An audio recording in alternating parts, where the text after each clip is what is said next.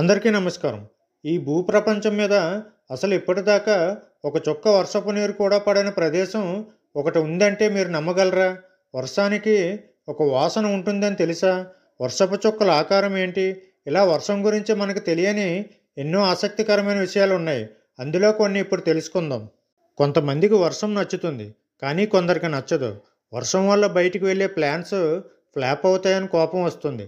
కానీ వర్షం వల్ల సెలవు వచ్చినా, వర్క్ ఫ్రమ్ హోమ్ వచ్చినా చాలా బాగుంటుంది. అయితే వర్షం నచ్చే వాళ్ళు ఎక్కువ మంది ఉంటారు.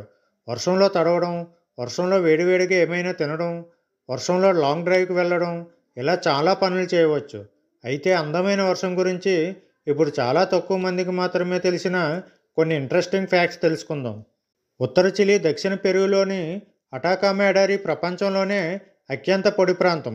ఇక్కడ సంవత్సరం మొత్తం మీద కేవలం 0.5 మిల్లీమీటర్ల వర్షపాతం మాత్రమే నమోదవుతుంది.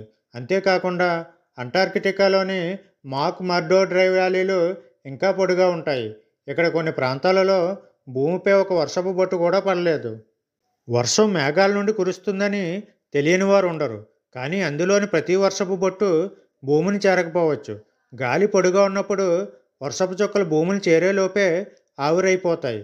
ఈ ప్రక్రియని విర్గా అని అంటారు.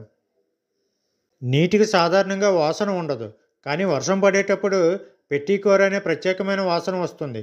ఇది మట్టి తడిచినప్పుడు వస్తుంది. ఈ వాసన జియస్మిన్ అనే పదార్థం కారణంగా వస్తుంది.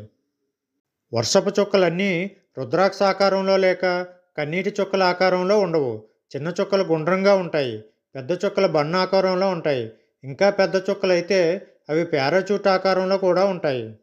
ఒక సాధారణ వర్షపు చుక్క బరువు సుమారు 0.034 గ్రాములు మాత్రమే ఉంటుంది.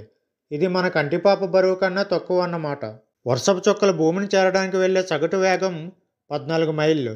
2500 అడుగుల ఎత్తులో ఉన్న మేఘాల నుండి వర్షపు చుక్కలు భూమిని చేరడానికి సుమారు 2 నిమిషాలు పడుతుంది. భారతదేశంలోని మేఘాలయ రాష్ట్రంలో మౌసిన్ రామ్ ప్రపంచంలోనే అత్యధిక వర్షపాత ప్రాంతం. ఇక్కడ సంవత్సరానికి సగటు 467 ఇంచుల వర్షం పడుతుంది. 1985లో మౌసిన్ రామ్లో సుమారు 1000 ఇంచుల వర్షం పడింది. ఈ వీడియో నచ్చినట్లయితే లైక్ చేయండి, మీ స్నేహితులతో షేర్ చేయండి, మరియు మా ఛానల్ సబ్స్క్రైబ్ చేయడం మర్చిపోకండి. జై హింద్.